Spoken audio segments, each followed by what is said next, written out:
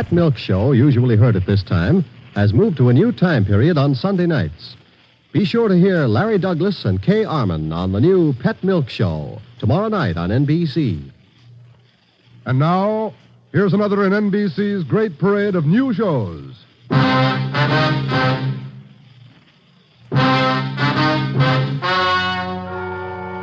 Gentlemen, the story you are about to hear is true. Only the names have been changed to protect the innocent. NBC brings you Dragnet.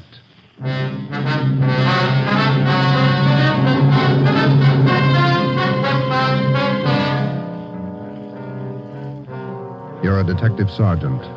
You're assigned to a homicide detail. A man's wife has suddenly dropped from sight. On the surface, it appears only as a routine missing persons case. You start to investigate. Suspicion grows. There is evidence of possible foul play. Your job, find the woman or find her murderer. Dragnet, the documented drama of an actual crime. Investigated and solved by the men who unrelentingly stand watch on the security of your home, your family, and your life. For the next 30 minutes, in cooperation with the Los Angeles Police Department, you will travel step by step on the side of the law through an actual case transcribed from official police files. From beginning to end, from crime to punishment, Dragnet is the story of your police force in action. It was Wednesday, September 15th. It was warm in Los Angeles. We were working the day watch out of homicide. My partner's Ben Romero. The boss is Ed Backstrand, chief of detectives. My name's Friday. I was on the way back from lunch, and it was 12:56 when I got to room 42. Homicide. Hi, Joe. Waiting for you. Hiya, Ben. Al. Hi. I hear you got something for us. Here's a report right here. Gardener by the name of Eric Kelby called in day before yesterday. Said his wife disappeared from their home out in the valley Sunday night. Says he thinks she left him. That happens every day, Barghetti. Not this way, it doesn't. Walsh and I went out yesterday to interview the guy. Story doesn't add. Why not? None of her clothes are missing. None of her luggage. She even left her pocketbook behind, full of money. Found out from the neighbors a missing woman is a 17-year-old boy by a former marriage. So what? An only child. Mother dotes on the kid. Shouldn't even say goodbye to him. How did this Eric Kelby impress you? Pretty grouchy with Walsh and me. No cooperation. Wants to find his wife, doesn't he? I don't know if he does or not. There's no help, I'll tell you that. Can I see that report a minute now? Oh, here you are. Agnes Trumbull Kelby, age 39. Kelby's her second husband. First one died a little after the boy was born. Mm-hmm. Disappeared Sunday night from her home, 546 Belasco Road, between 7 and 8 o'clock. When did Kelby call in? Monday afternoon. Said he thought his wife might be spending the night with her sister. When he found out she wasn't, called us. Did you meet the boy while you were out there, Barghetti? Yeah, that's another thing. Kid came riding in on a bike while we were talking to one of the neighbors. Trying to talk to him, but the old man came out, hustled him inside the house. Then he starts eating us out. What'd he say? Told us it was our job to find his wife, not to go prying into his stepson's affairs. Well, that's a new slant. How about her friends and relatives around here, Al? Any besides her sister? Walsh located a couple of her aunts. I don't think he's checked them yet, though. I'll tell you, boys, this is one I'll bet on. Maybe. You got the names of Mrs. Kelby's relatives? Oh, yeah. Right over here. Sure wish we had a chance to talk to that boy. Yeah. How's it feel to you, Ben? I don't know. Notice anything else funny about the guy, Al? I don't know. Well, here's those names, Joe. Thanks. Kelby was upset, all right. For some reason, he didn't strike me as reacting the way a normal guy reacts when his wife disappears. All right, Al. How would you react? Barghetti's worrying again. Oh, now listen, boys. It's no fooling matter. This is one I'll bet on. It's a homicide. All right. How about a copy of this report? Yeah, where'll I get the phone? Missing persons, Barghetti. Who's that? Oh, yes. Yes. About what? Oh, sure. All right, son. 4 o'clock. Yeah. Goodbye. That was Kelby's stepson. What do you want? Thinks something's happened to his mother. In police work, missing persons detail is not a department separate in itself. It is organized as a part of the Homicide Bureau. According to Barghetti, who took the call, the boy said he suspected his stepfather, and he didn't want him to know of any meeting between him and police officers. He would meet the officers that afternoon at 4 p.m. in a restaurant on the corner of Hollywood Boulevard and Fairfax Avenue. At 3:15, Ben and I left the office and drove out to the meeting place, the Dairyland Fountain and Coffee Shop. We arrived there at 3:45. At 8 minutes to 5, the Kelby boy still had not arrived. Youngster's not very prompt. Well, let's wait a little while longer. Yeah. Smoke? Yeah, thanks. Want some more coffee? No, thanks. Well, I guess the boy isn't going to show. Think something's happened? 15 minutes after we left the coffee shop, we drove up in front of the gate of the Kelby Nursery on Belasco Road. The house itself was set well back on the property, which covered about 4 acres. The entire nursery was surrounded by a 6-foot steel wire fence, and it looked like almost every available foot of ground inside was planted with some kind of a flower or shrub. Kelby met us at the gate. Yes? What do you men want? Police officers. Are you Mr. Kelby? Yes, what do you want? Well, if you'll shut those dogs up for a minute, we'd like to ask you a few questions. I'm busy now. Can't you come back tomorrow? Pretty important, Mr. Kelby. I think we better talk right now. All right, if you have to. Red, Giant, down. You two, Jaime. Quiet. All right. Now, what do you want? Mind if we come inside? These watchdogs of mine are pretty vicious. We can talk here at the gate. All right, Mr. Kelby. This is Sergeant Romero. My name's Friday. We've been assigned to look into your wife's disappearance. Oh. Did you find anything yet? Nothing definite. Maybe you can help us. Would you tell us exactly what happened the night your wife disappeared? What do you mean? What happened? Well, when did you last see her? When you first noticed she was gone? We finished up Sunday night dinner about 7 o'clock, and I laid down for a nap. Agnes went out on the front porch for some air. I woke up a little before 8 and went outside to look for her. She was gone. Nobody saw her leave, Mr. Kelby? Not that I know of. Maybe some of our nosy neighbors, I don't know. How about your stepson? Wasn't he around Sunday night? Bruce? No, went out to a show with some other kids. When did he get back from the show? About 10, I think. Why? Where's your stepson now? Who are you looking for, my wife or my stepson? Both, Mr. Kelby. Where's your stepson? Gone. I took him over to my sister's in Alhambra. Been feeling bad since his mother disappeared. Figured the change would do him good. When did you take him over to your sister's, Kelby? This afternoon. What's that got to do with it? We'd like to talk to Bruce. No, I can't allow it. The boy's too upset. I can't allow it. I'm afraid you're going to have to allow it. Listen, mister, you can get off this property right now. No cop's giving me sass. Nobody's giving you sass, Kelby. We want to talk to your stepson, that's all. He might give us a clue as to the whereabouts of your wife. And I say you can't see the boy. What's more, you cops couldn't find thorns in a rose patch. I'll get somebody else to look for Agnes. It's my business anyway, nobody else's. It's our business, too, if anything's happened to her. What are you talking about?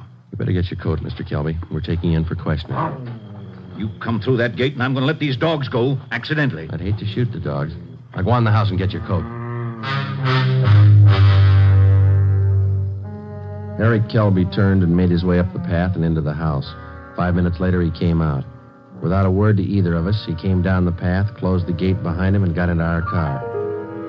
On the way back to headquarters, he chatted pleasantly about the weather, the nursery business, and his dogs. When we pulled up in front of the city hall, we met the reason for his sudden change in temperament. His lawyer was waiting for us at the door. We took Kelby to one of the interrogation rooms. His lawyer tagged along. We tried to question him, but the lawyer objected to 2 out of every 3 questions we asked. It was hopeless, and we knew it. So did the lawyer. We released Kelby, but we did get the name and address of his sister where the stepson Bruce was staying. After they left, Ben and I got back in the car and drove out to Alhambra to check on the boy. Barghetti had this one pegged right, Joe. It's a real sleeper. Yeah. I'd like to know how the stepson missed that date with us this afternoon. Well, if the kid called us from the house, his stepfather could have overheard him. It's possible. Sister's house ought to be along this block, shouldn't it? Yeah, let's see. 1408, 1406. There it is, Joe. A gray cottage, 1402. Right.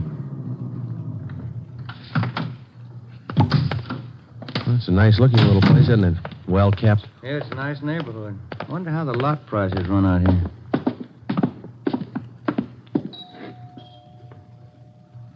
Somebody's coming. Yes, what is it? Police officers, ma'am. Are you Miss Kelby? Bertha Kelby. Yes, that's my name. Why? We talked to your brother earlier today, Miss Kelby. He said that you brought his stepson Bruce here to stay for a while. We'd like to see him. Bruce? Yes, he was here till about Oh, an hour and a half ago. I went to the store, and when I came back, he was gone. Have you any idea where he might be, Miss Kelby? Well, I telephoned my brother Eric's place just before you came to the door. He's not there. I don't know where he might be. I'm worried about him. He seemed so upset. This business about his mother's disappearance, you know. Would you mind if we came in and looked around, Miss Kelby? Well, no, not at all. We went in and looked the house over from one end to the other. There wasn't a trace of the boy. We drove back to Kelby's nursery and satisfied ourselves the boy wasn't there. Then we came back to Alhambra and we kept an eye on Miss Bertha Kelby's home until midnight. No one came or went. At 5 minutes past midnight, the lights went off in the living room, and a few minutes later, in the back of the house. The next morning, when Ben and I checked in for work as usual at 8 o'clock, we met with Captain of Homicide, Frank Kearney. What makes you two so positive there has been any foul play in this Kelby thing? Well, that's just it, Cap. We're not positive. It's a whole setup. It smells bad. For instance? That lawyer. If a man's innocent, he doesn't need a lawyer to sit with him in the interrogation room and tell him not to answer questions. Number two, that kid's telephone call. Maybe he doesn't get along with his stepfather. It happens, you know. Maybe he's trying to get back at him for something or other. Maybe. Then why is Kelby hiding him out? You sure he's hiding him out? No other way to take it, Cap. The Kelby woman walked away from her home Sunday night. Nobody saw her. She took nothing with her. No clothes, no luggage, no money. You checked with the family doctor? Yesterday. He told us Mrs. Kelby was in perfect health. We double-checked the wanderer's file and the repeater's file and missing persons. Couldn't find her name in either one. How about her relatives in town? Haven't had a chance to talk to him yet, Cap. We'll check him this morning. Well, one thing's certain. The woman couldn't have gone very far. We checked the sheriff's office, the jails, the hospitals. We've sent out a teletype and an APB. Every cop in the city has her description. She's been gone almost 4 days, but nobody's seen her. How does that add up to you? It doesn't. You better move on it. Check every one of Mrs. Kelby's friends and relatives. Right, Frank. Then try the neighbors. As long as I've been a cop, neighbors have been able to tell everything about anyone.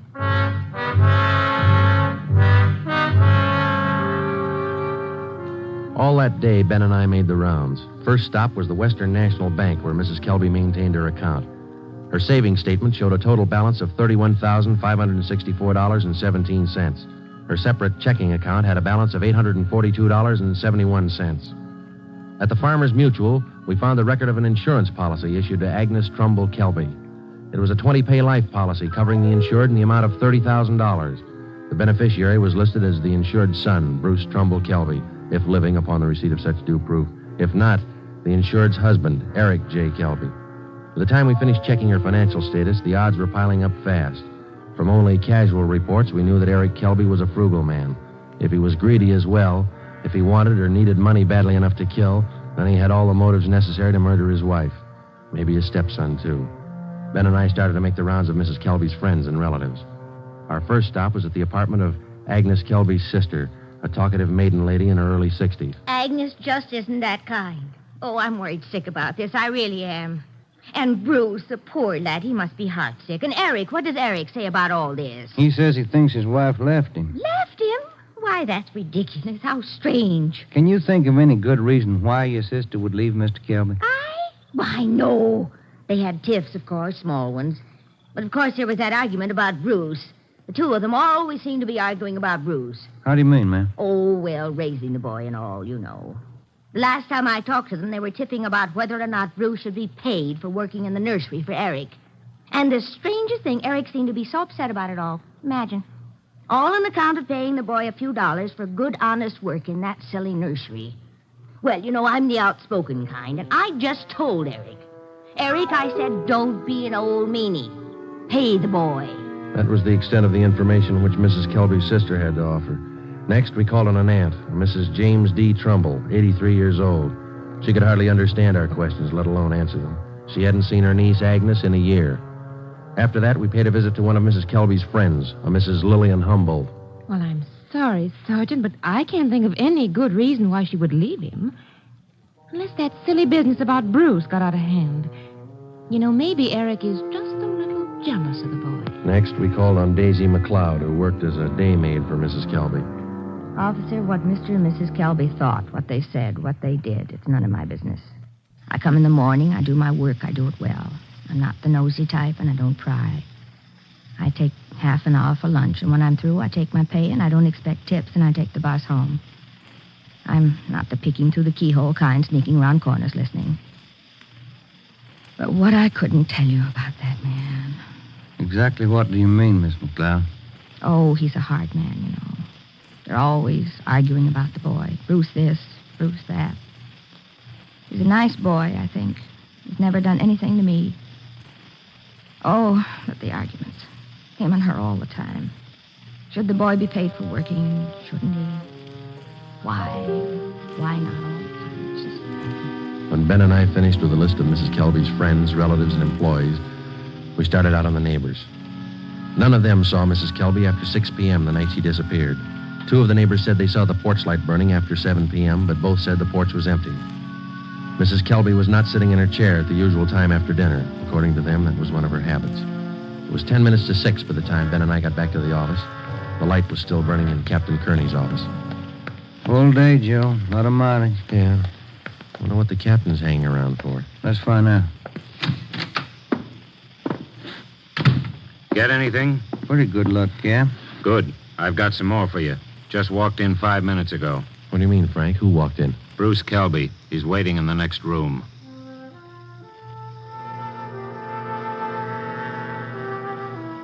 We went in the next room and met Bruce Kelby.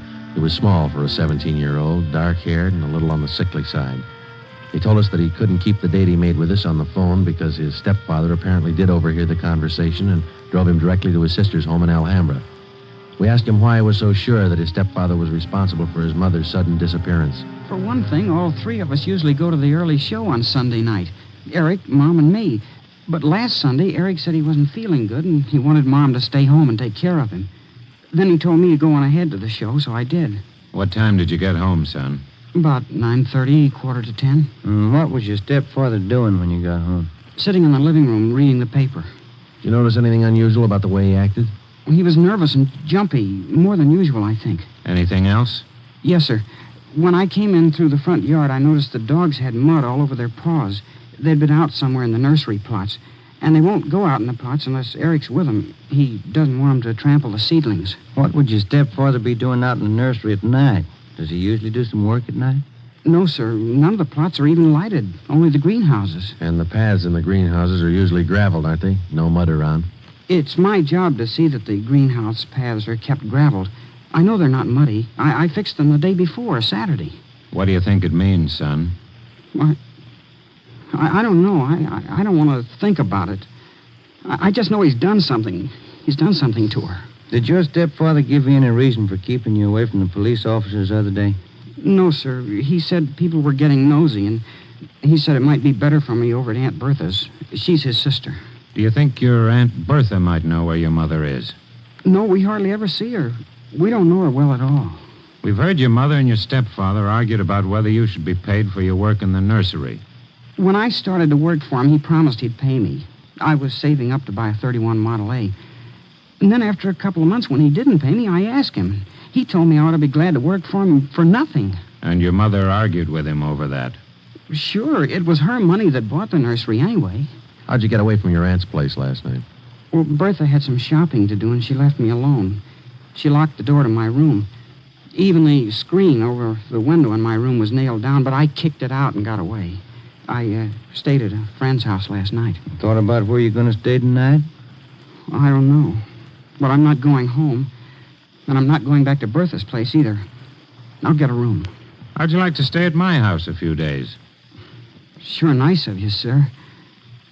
Maybe I'd better not. Mom might not like it. Oh, I'll take care of that. Now let's hop out and get some dinner. Sure darn nice of you, sir. All right, son. Come with me.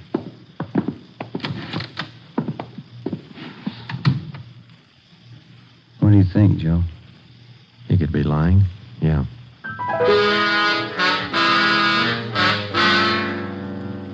Now what, Cap? Shall we bring Kelby in again? No, not yet. He's found out by now from his sister that the boy's gone. He probably figures the police station is the first place he'd come. Wouldn't do much good pulling him in now, Ben.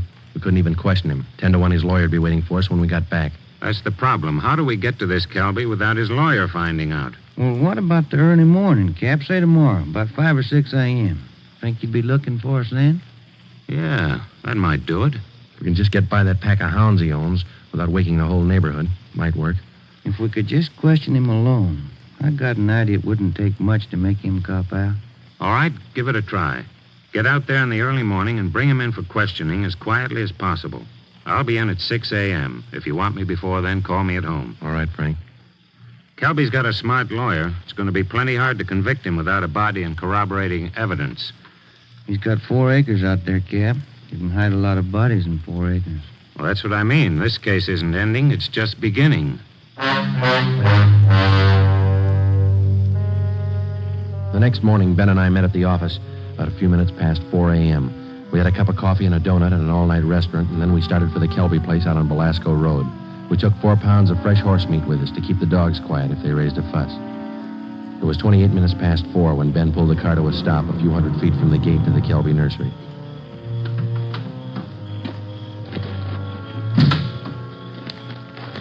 We got out of the car and made our way down the road to the gate. I reached in and tried the latch. It was padlocked. The dogs started in. Okay, Ben, looks like we'll have to jump the fence. Toss some of that horse meat over to him. Yeah, here. That's it. Come on, let's climb.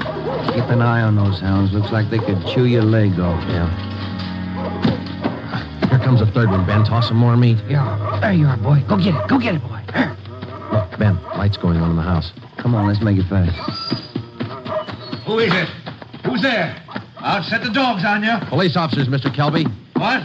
What are you doing out here this time of night? You're under arrest, Kelby. Get your coat. You cops are asking for a peck of trouble. Get your coat. Where's my stepson? What you done with him? What have you done with your wife? You're going to pay for this. I'll have your jobs. That's not the first time we heard that, Kelby. Let's go.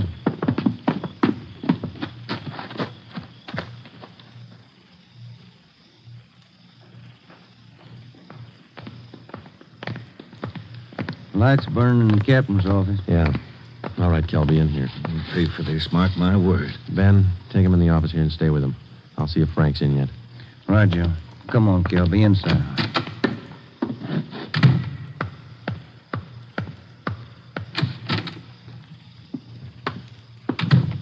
Friday? Did you bring in Kelby? He's down in the interrogation room. Ben's with him.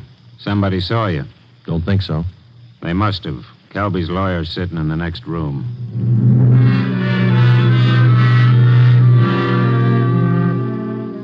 Kelby again refused to answer any questions without the advice of his attorney. We released him. That day, Captain Kearney sent out 2 men to keep an eye on the nursery and report on all of Kelby's movements. Shortly after 7 o'clock that night, just after nightfall, we tried once again to bring in Kelby for questioning without his lawyer's knowledge. It didn't work. A little after we booked him, his lawyer obtained a writ of habeas corpus. We had to release him again. The 2 men assigned to stake out the Kelby place reported definitely that somebody was tipping the lawyer whenever unknown visitors showed up at the nursery and drove off with Kelby. There was nothing we could do about it. The next morning, Kearney came up with a lead. I had a long talk with the boy last night. Accidentally, I think he's given us a pretty good lead. Yeah? There's only one way we'll ever get a conviction. That's by finding the body and evidence to tie Kelby in. Yeah, that'll do it. Where do we start looking? In a new rose bed next to one of the greenhouses in Kelby's nursery. The kid came up with it last night. How come? First, Kelby's crazy about saving $1 and making one. Yeah. In the nursery trade, especially where you have a limited area to work in, like Kelby, you cultivate every foot of ground. Every bit of soil you got is planted with something. Mm-hmm. Kelby's not the type to waste anything. Especially he's not the kind that would let ground lie fallow when he could plant something that might bring in a few dollars next season. Bruce tells me his stepfather has every inch of those 4 acres planted. Every inch. Except a 6 by 9 foot plot of ground in that rose garden. Oh, it sounds like a long shot to me, Frank. The boy said he prepared that piece of ground for planting late Saturday afternoon. His stepfather wanted it ready for Sunday morning. The plot of ground's still vacant. Might have planned it yesterday, Cap. When's the last time you checked? Before I came to work this morning. I called the men on stakeout next to the nursery. They told me the plot's still empty. Mm-hmm. It's worth a chance, Frank. When do we look it over? Tonight. I don't want Kelby or his lawyer to know a thing until we find that body. Well, how are we going to work it? We'll order up a crew from the crime lab. They can take probings through that plot and all around it. They can tell us without any guesswork how deep that ground's been worked over lately. When do you want to start? Be here in the office at 8:30 tonight. If my hunches are any good, we'll find a body.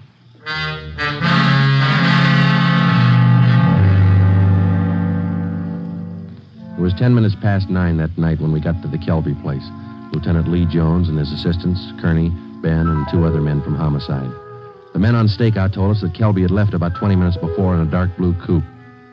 Ben brought along the usual supply of horse meat for the dogs, so we didn't have any trouble there. We found the empty plot of ground in the rose bed next to the greenhouse, exactly as Bruce described it to Kearney. Ground's been worked over all right, boys. At least 4 to 5 feet down. All right, Lee, let's start digging. Romero, take care of the dogs. Watson, grab one of these shovels. Right, Cap. Hey, Kelby said these dogs were vicious, didn't he? Yeah, why? Look at these hounds. They're no more vicious than a lively colt. Look. Higgins, get that light over here, will you? Thanks. What is it, Lee? Let me see. Teeth. Set of false teeth. Been in the ground long? Don't think so, judging from the shape they're in. How far down would you say you are, Lee? A couple of feet. Ground's real soft. Lee, come here a minute. What is it? Body. Here's the shoulder. All right, you men over here with Watson. Get the dirt off the face. Romero, you got a picture of the Kelby woman? Yeah, Cap. Let's see. Oh, here it is. Thanks. Get the light down here. Hunch paid off, Frank. That's her.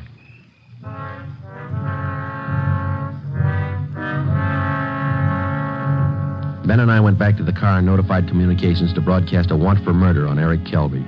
His description, together with a description of the car and license number of the car he was driving, was rebroadcast every 15 minutes. Then we went back to check the house. We found the front door unlocked. We went inside and looked around. In one bedroom, we found clothes scattered over the bed and the floor. There was only one old suit remaining in the closet. On the table next to the bed, we found an airline's timetable. We got to the phone and notified communications to alert all police details at railroad stations, bus terminals, and airlines, and then to send out an APB on the teletype. After that, we checked with the airlines. One of them told us that a man answering Kelby's description had booked passage for Mexico City. The plane was scheduled to take off at 10:40 that night from Burbank Airport. Ben's watch said 4 minutes past 10. We called the detail at the airport and alerted them. Then we drove over to check in person. It was 10:35 p.m. when Ben and I took up our positions just inside Gate 3, where passengers were boarding Flight 72 for Mexico City. He's cutting it close, Joe. Got about 4 minutes more to make that plane. We waited. The crowd got thicker as departure time came closer. At 10:39, Eric Kelby came through the main entrance, across the terminal, through Gate 3, into a pair of handcuffs. I don't understand. What does this mean? We found your wife's body, Kelby. What? I don't know what you're talking about. In the rose patch next to the greenhouse. Your lawyer can't help this time. Mexico City. Would have been a nice trip. Expensive. I'll plead insanity. I didn't know what I was doing. Be a nice vacation next year, Joe, Mexico City. I'm going to talk to my wife about it. I didn't mean it. She slapped me. We were arguing about the boy. I didn't mean it. I don't know if you did or not, Kelby, but you killed her. Come on. You missed your plane.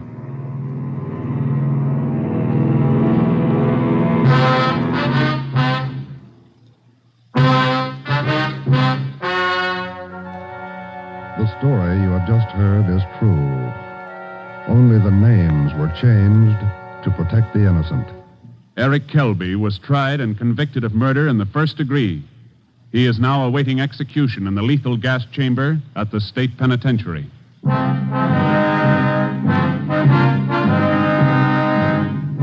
You have just heard the 14th in a new series of authentic cases transcribed from official files. Technical advice for Dragnet comes from the office of W.A. Wharton, Acting Chief of Police, Los Angeles Police Department. Tonight's program is dedicated to William J. Weston, Jr. of the Washington, D.C. Police Department, who on the evening of March 4th, 1945, gave his life so that yours might be more secure.